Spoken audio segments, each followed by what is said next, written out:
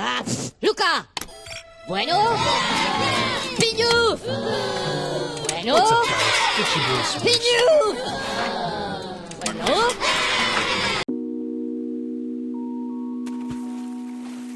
Alright, we should be live. Nathan But Net, episode 44. Ladies and gentlemen, it is time. It is time to finally make our March Madness bracket. Selection Sunday was yesterday, and I am so hyped. I've been waiting ever since it hit February to make my March Madness bracket. So I am so freaking hyped. Let's go ahead and get into it, guys. Let me go ahead and pull up Chrome here so y'all can see the bracket. We do have some other stuff we might try and touch on today, but this right here is the main thing. So let me go ahead and fix the window real quick.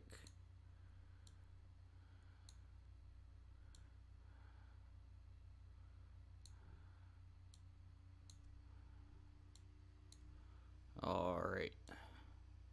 You guys should be able to see that pretty okay.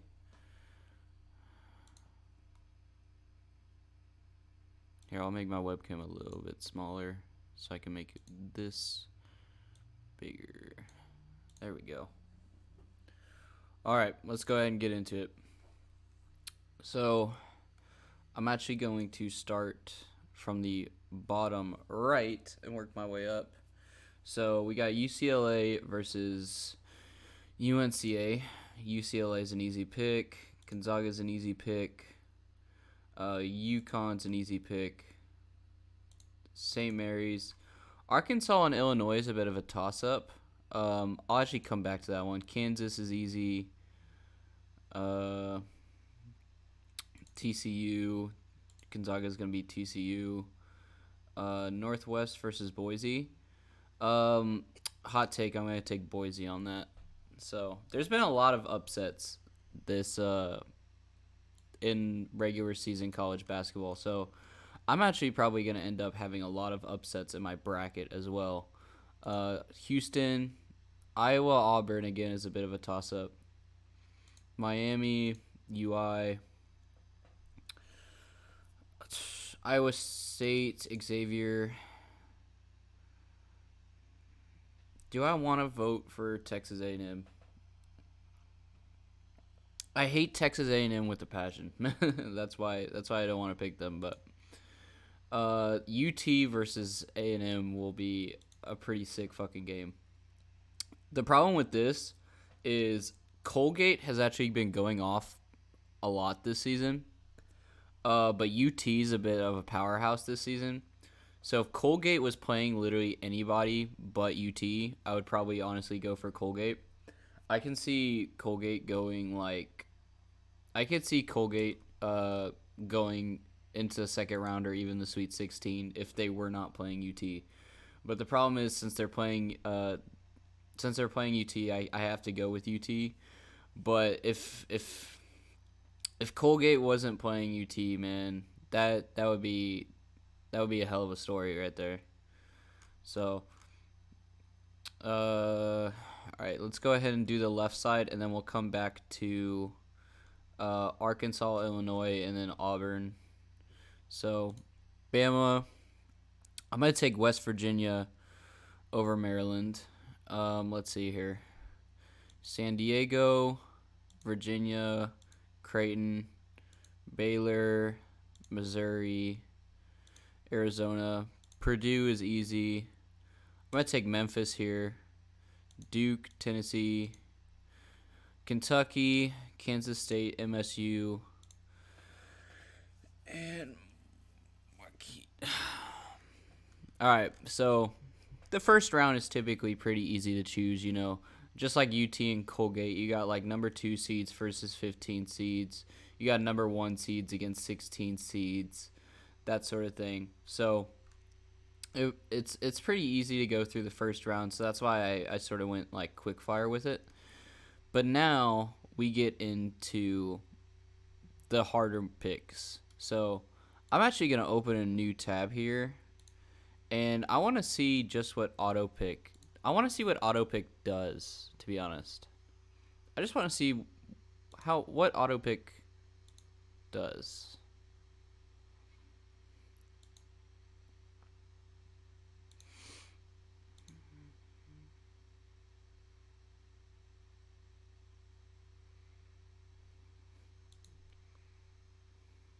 All right. Here is the auto pick bracket. So if we go here, oh, why is it lagging when I scroll? So we got Houston going all the way. We got Miami versus Houston, Houston versus UT, Xavier versus UT, Kansas being beat by UConn, which is surprising. Gonzaga versus UConn, that would be a really good game because they used to have a little bit of a rivalry in the past. Gonzaga going, UCLA versus Gonzaga, TCU, MSU versus Marquee versus Kansas State, Purdue going all the way versus Houston. That's sort of what I'm thinking as well. Duke versus Tennessee, and then Purdue. They have UT overtaking Missouri. That's pretty crazy. We have Creighton beating Baylor, and let me see why they have that here. Overall free throw, seed, overall winning percentage, opponent efficiency, net ranking, true shooting percentage. Bama going all the way to the 4. And yeah, I don't have too many problems with this auto pick, to be completely honest. I made a poll in the community tab on YouTube, and I said who do you think will win March Madness, and I had these 3 in the poll: Bama, Houston, and Purdue. So I'm not too surprised by those auto picks. Final Four is in Houston though, which is actually really close to me. So that would be crazy if I end up going, but it's gonna be like $2,000 or more for a ticket, so probably not. But one can hope. So let's see why they have San Diego overtaking Virginia. Free throws, seed, winning percentage, opponent efficiency, net ranking, true shooting percentage. Okay, so San Diego does have a bit of an argument against UVA. I honestly really like UVA, so I want them to go further, but based on what they have here, with the stats, I can see San Diego taking it. I am a bit of surprised by UConn going this far. I figured it would be like the 4 big teams I had was, and I know it's dumb to say because they're all the first seeds, but I had Bama, Purdue, Houston, and Kansas. So, but I can't have all the first seeds in the Final Four. I have to have at least some upset. So let's go back here and let's go ahead and go through the rest of this. So let's look at the stats for Arkansas versus Illinois. Free throw, 68. Winning percentage, 64. Opponent efficiency, 69. 34. All right, I'm going to go Illinois here because of the opponent efficiency and winning percentage. So we'll take Kansas over Illinois. We'll take UConn, Gonzaga, UCLA. Let's go look at the UCLA versus Gonzaga. Free throw, overall winning percentage, opponent efficiency. Okay, I'm going to take UCLA here. Overall winning percentage, opponent efficiency, net ranking. Okay, we're going to take Kansas. And then I'm gonna take UCLA over Kansas, so that gets one of the first seeds out of the way. Xavier versus UT. This one's a hard one. Xavier and UT are both really good this year. All right, let's take Miami over IU. Houston versus Miami. Let's take Houston. Michigan State, Kansas State. I'm gonna take Kansas State all the way to the Elite Eight because Marquise Noel is my fucking boy this year. So I'm always rooting for him. Duke versus Tennessee is going to be an interesting one. Winning percentage, 77 Duke. Opponent efficiency, though, with Tennessee. Opponent efficiency with Tennessee is a lot better, though. Net ranking.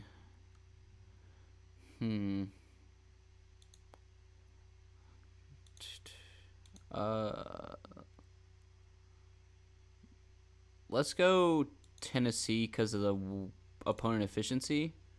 We'll take Purdue. Purdue will go to the Final Four. Arizona will beat Missouri.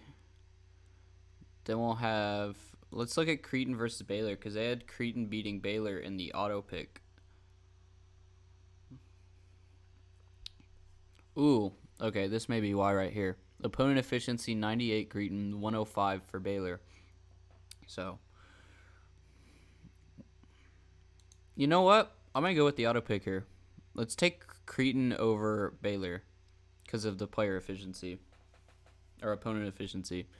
And for those listening to audio, y'all are just going to have to bear with the bracket. So, San Diego. Yeah, let's go San Diego over UVA. Creighton versus Arizona. Let's see. Overall winning percentage, 83 compared to 65. True shooting percentage. Yeah, Arizona's probably going to take that. It'd be a good game, though.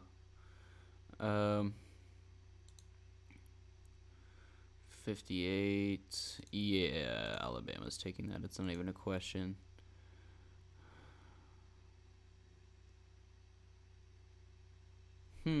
This could be interesting.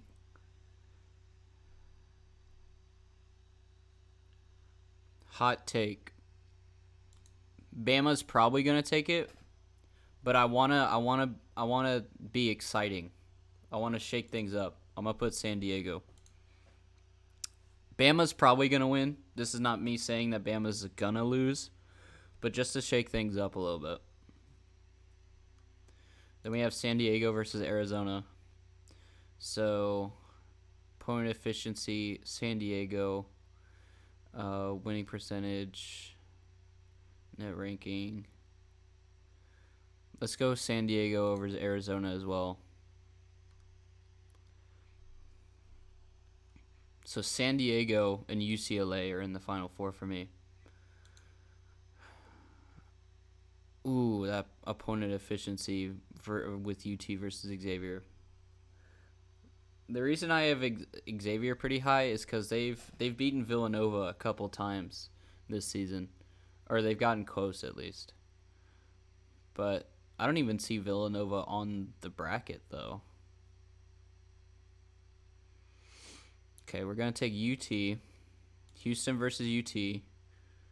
Overall winning percentage, 91. Opponent efficiency. Oh yeah, Houston's fucking taking this easily.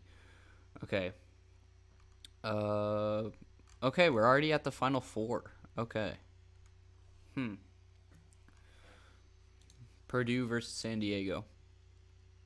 Overall winning percentage.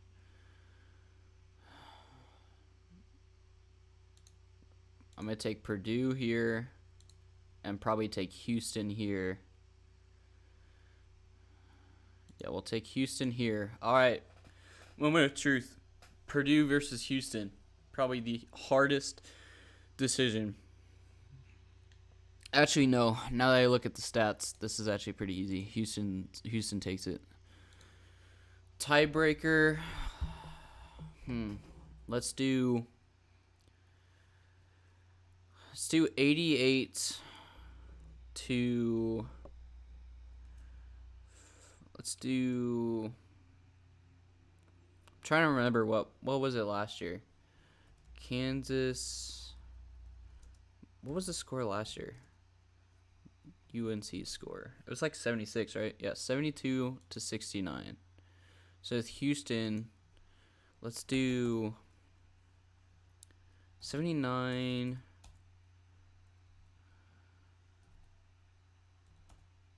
to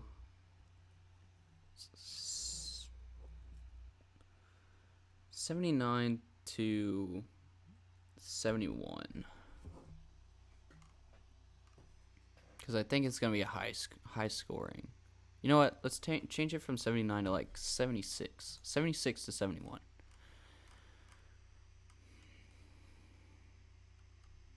So Houston wins by 5 points over Purdue. We got San Diego going all the way to the Final Four, which is pretty crazy. Houston's going all the way. It's no question. Or all the way to the Final Four at least. It's no question. But I kind of want to have more upsets in here just to make it interesting, make it fun. All right, let's press finish bracket just so we have that bracket done. And then I want to make another bracket just for fun, like have a bunch of upsets in it. So what is this one? All right.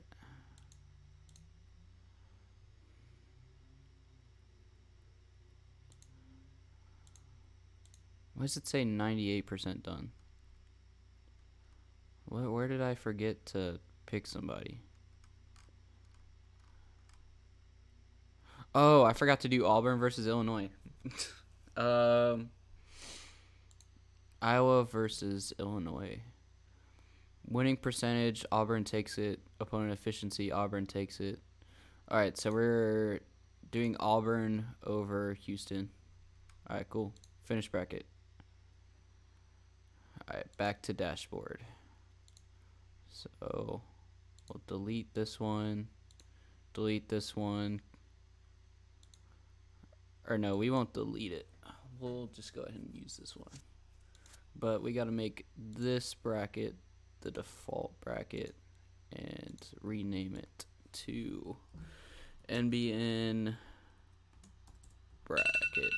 Sorry for my alarm. I have work later today and my alarm is going off telling me to get ready.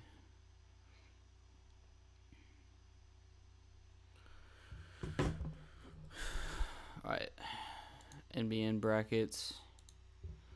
We'll rename this one NBN Fun Bracket.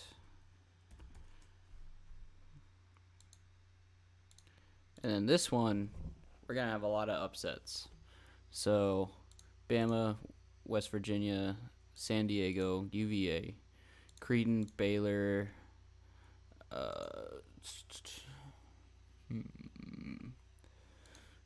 Utah State, Arizona, Purdue,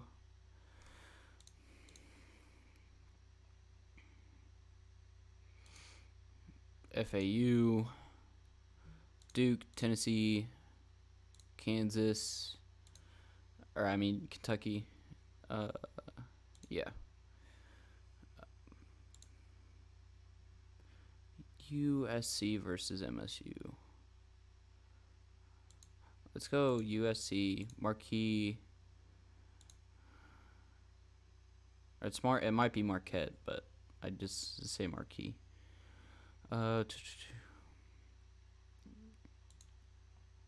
Marquee, Kansas State,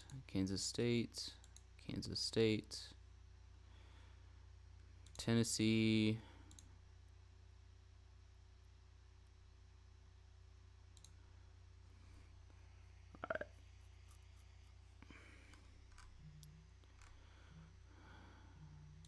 Bama,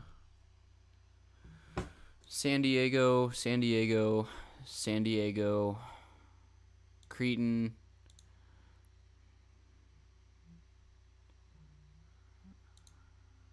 Arizona. Arizona.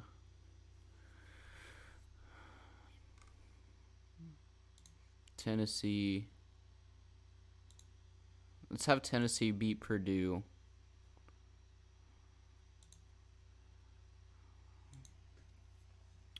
Kansas State versus Tennessee. Gonna have to take Tennessee because of opponent efficiency. San Diego versus Tennessee. We have Tennessee, Houston, Auburn, Miami.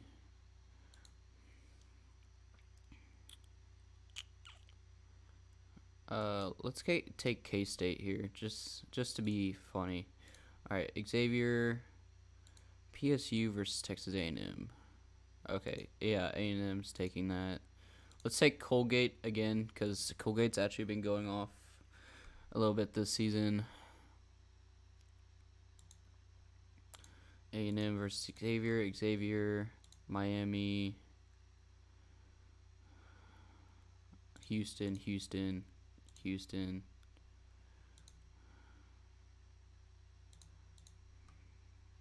Kansas, Illinois. Let's check out VCU. How good are they? VCU, UConn, TCU, Gonzaga, Boise, UCLA,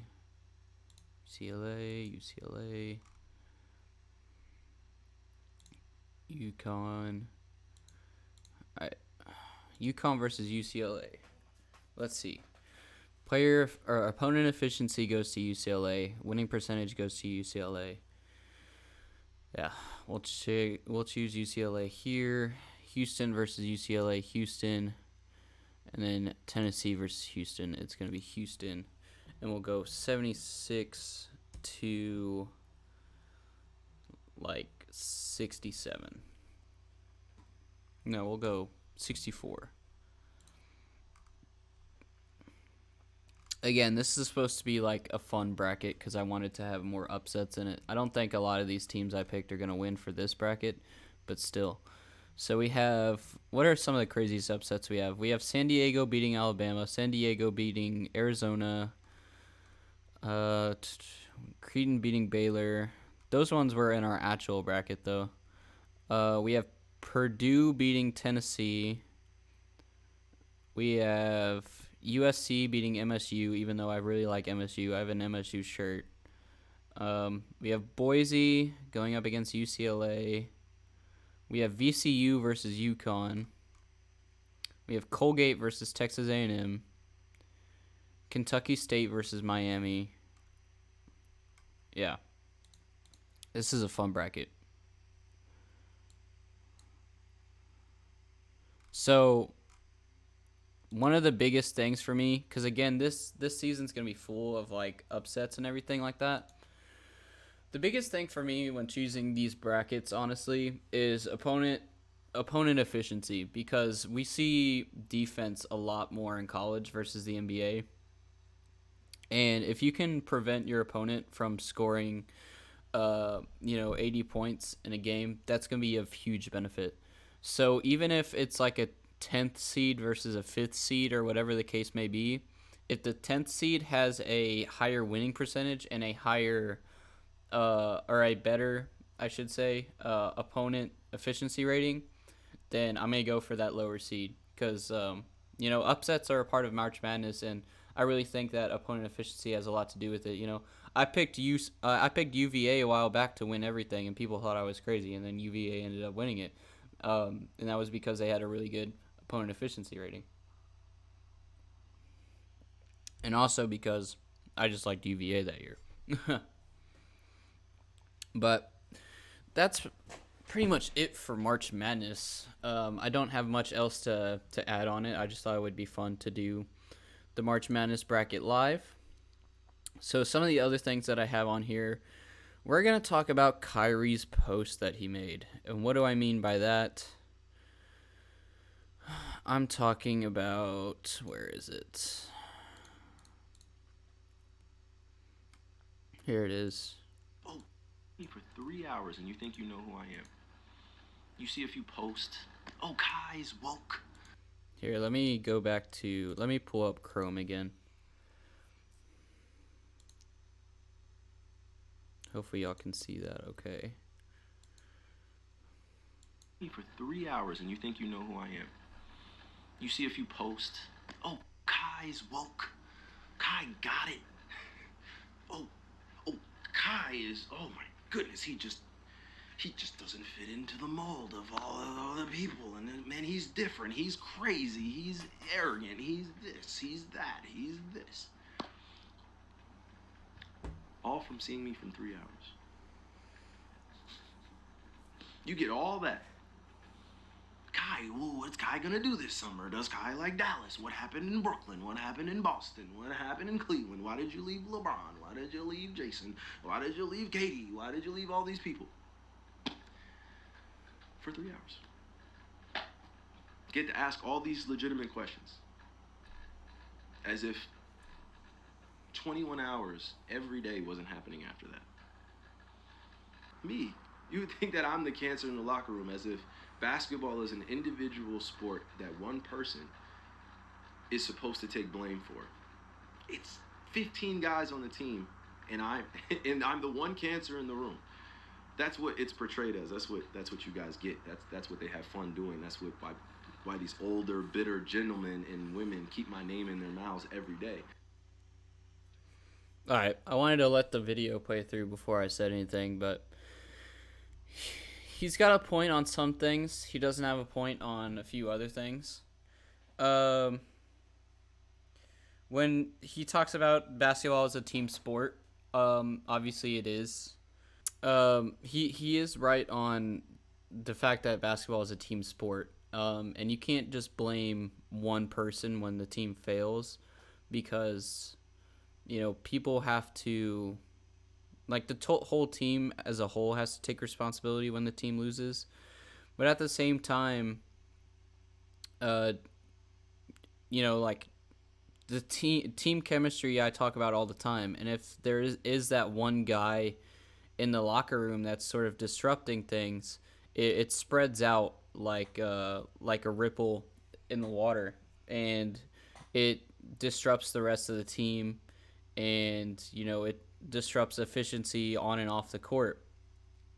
And for people to just say, like, he has a point that the media sort of carries this story about, he's not a team player, and he's a quote unquote a cancer on any team, and things like that, and he ruins teams and everything like that.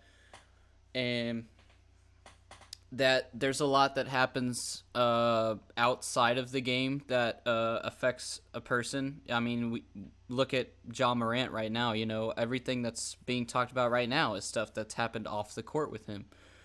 But at the same time, like, you can't just say, oh, people keep making these assumptions about me without looking at the rest of the team. When you've played on like 4 teams, if you've played on 4 different teams and the same thing is happening, then it's sort of easy to point out where the pattern is there.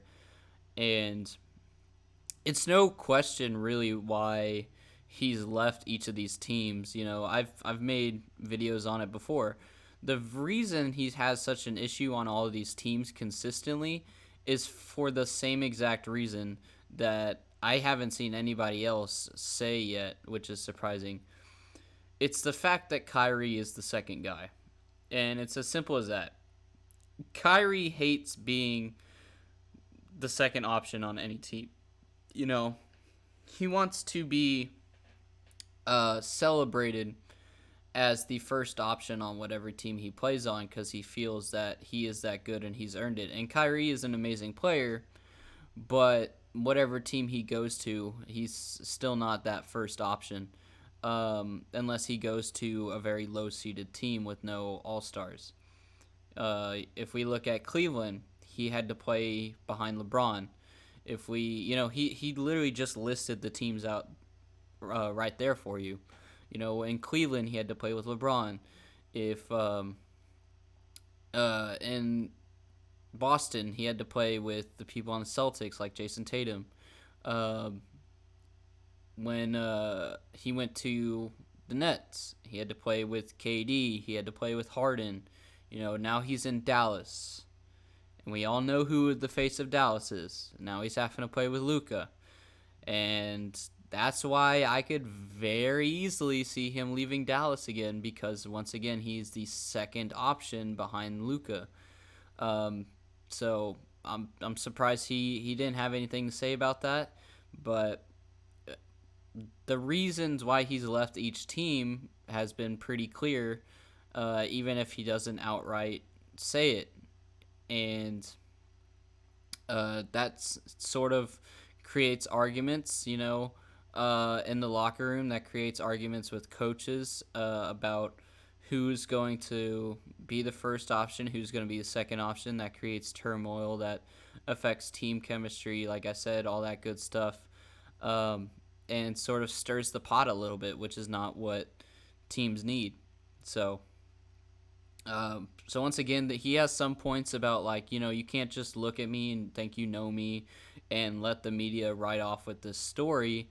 But at the same time, the media's story and the opinions and takes that people come to have to stem from somewhere.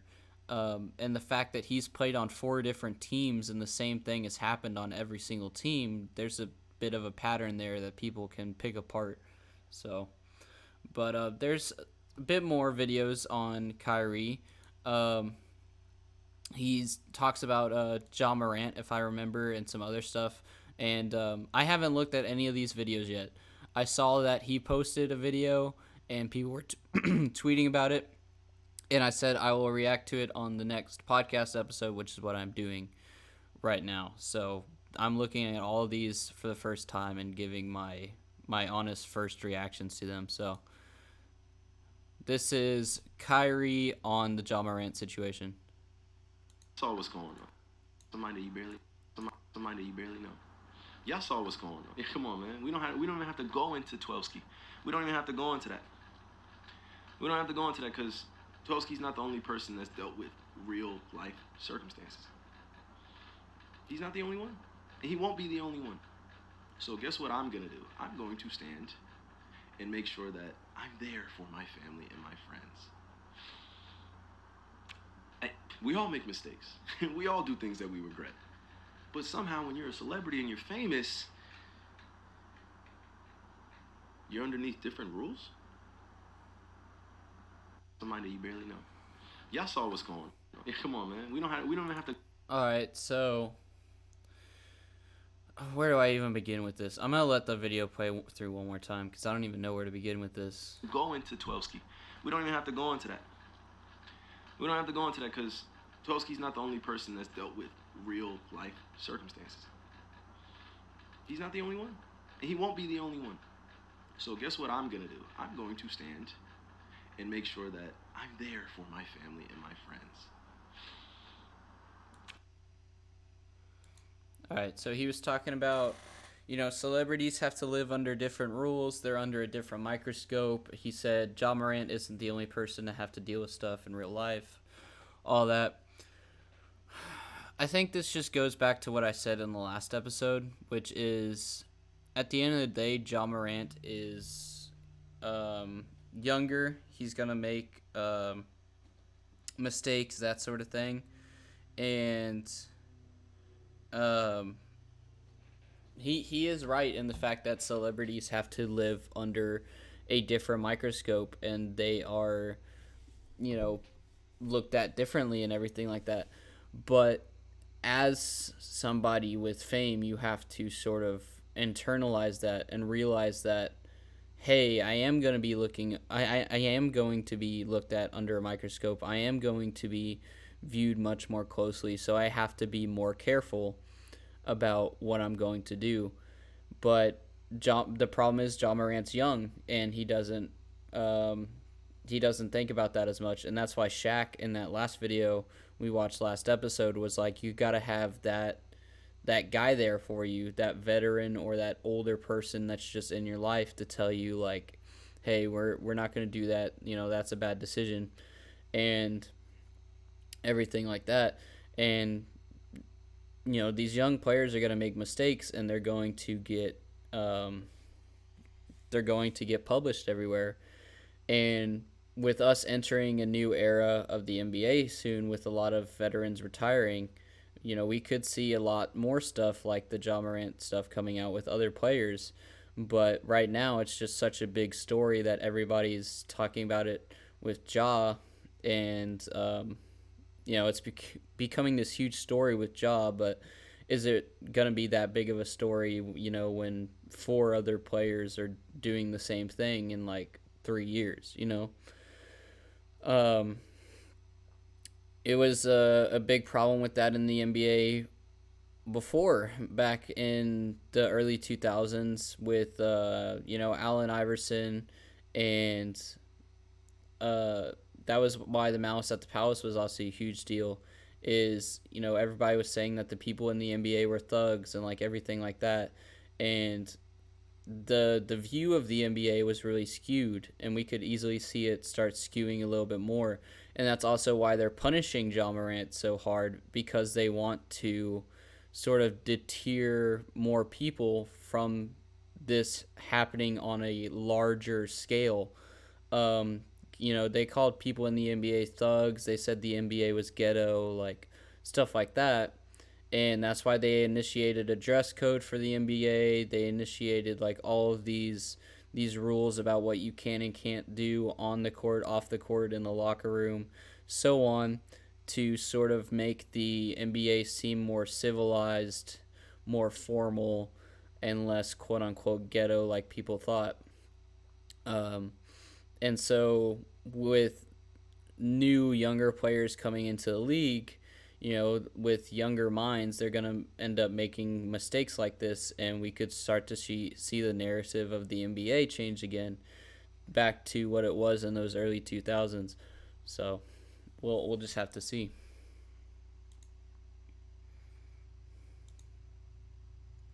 All right, this is Kyrie on gambling. They have a quote up here: "Gambling and sports betting has taken purity and the fun away from the games. There's a difference between being a diehard fan and supporting your team and loving your team versus somebody that's betting on a parlay or somebody that wants to hit."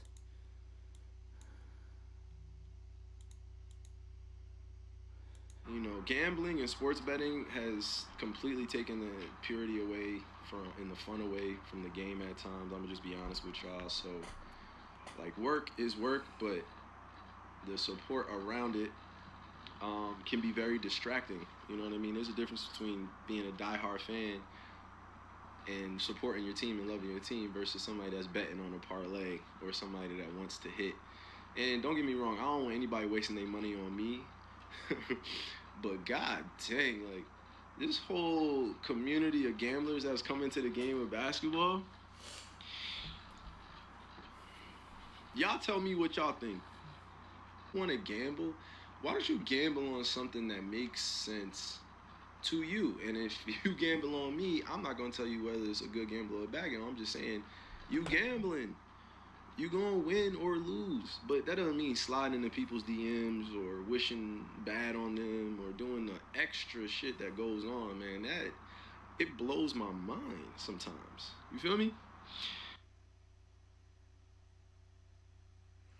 So I didn't even really have to watch the video. I could have just gone off of the quote that's up here because it basically summarizes it. But he has a point. There's a difference between rooting for your team because there's a difference between rooting for your team because that's your team and thinking that you're going to get money out of it.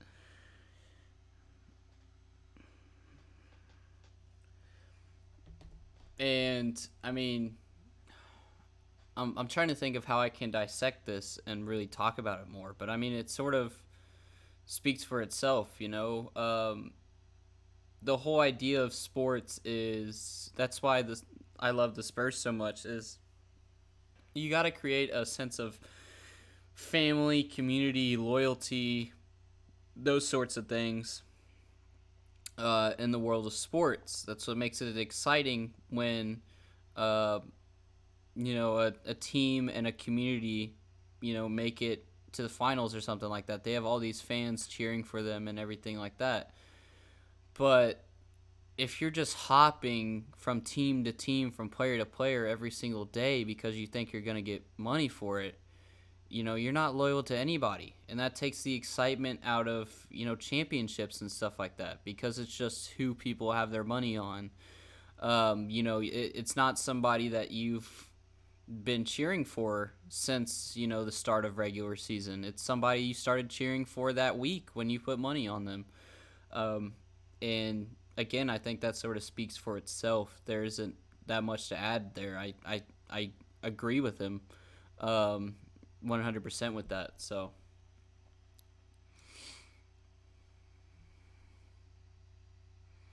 okay, this is one of the other things I wanted to talk about. So we're done with the Kyrie stuff, but NBA Deputy Commissioner Mark Tatum is looking to make some tweaks to the All-Star Game.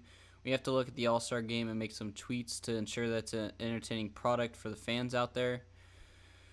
So the question is, what sort of tweaks do they have to make? Because I haven't watched the All-Star Game in like 3 to 4 years probably, because the problem is there's absolutely no defense, and the problem is they can't really make tweaks with that.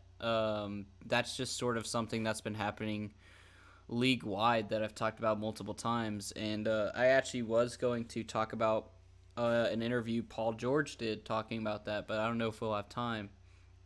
But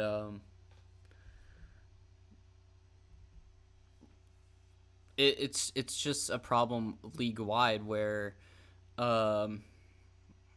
defense is declining, and with defense declining, nothing seems difficult anymore. Somebody can shoot it from past half court, and it almost seems easy because nobody's guarding them. Now, I'm not saying me or anybody else can go out there and shoot from half court and make it, but it's going to be a lot more difficult when there's somebody in your face, you know what I mean? And I don't know. Y'all let me know in the comments what sort of tweaks y'all would want to see the All-Star Game. But it is kind of crazy that they sort of came out and addressed it and said they're going to change it. But the question is, how are they going to change it? So this one I pulled up because, again, I saw it and I thought it was pretty crazy. But that it just goes back to my conversation about, like, how, like, the whole thing with Ja Morant is becoming a huge story, but I feel like it's just a huge story because they're singling him out, and if they were not to single him out, then this wouldn't be as big of a story as it is right now, and as it probably should, because again, they're just sort of singling him out, and there's plenty of other young players that are going to make mistakes. Maybe not as big a mistake as he has in the past, but I mean, it certainly can happen again. There's other players that can make mistakes and that sort of thing. So, but it just goes to show how nuclear this situation is becoming with Ja. So. And then, do I have one more thing on here? Yes, okay. Paul Pierce said if the Denver Nuggets see the Lakers, if they see Golden State, they're going to get popped in the first round. And I just wanted to mention this because I think this is one of the worst takes of all time. The Denver Nuggets easily are going to the Western Conference Finals at least. And, I mean, I don't know what else you can say about that. The Denver Nuggets are going to the Western Conference Finals, or at least the second round or the Western Conference Finals, I'll say that. It's, I mean, it's as simple as that. It's easy.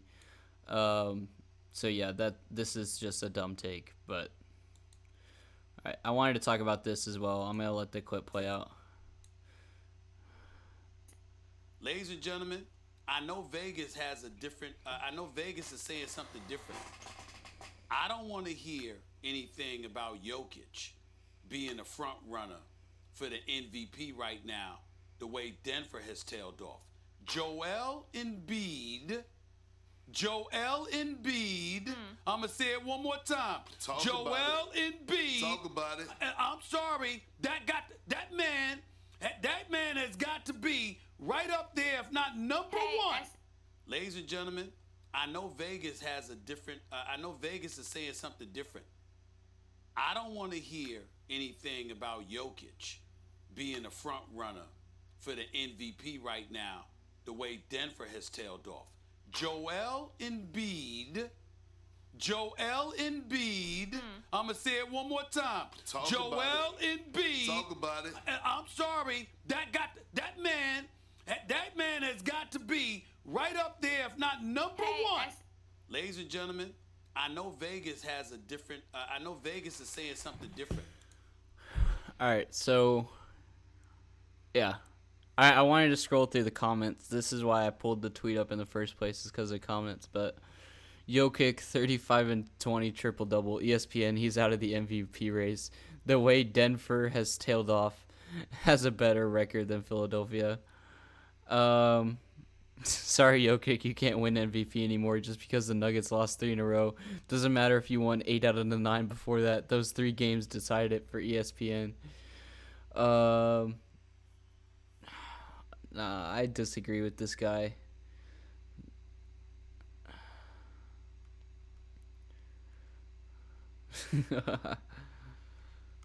Yeah, I mean, they're like Embiid has been playing crazy, but like Embiid hasn't been playing good enough to beat Jokic. Jokic has been having triple doubles consistently every night, and they're the first seed.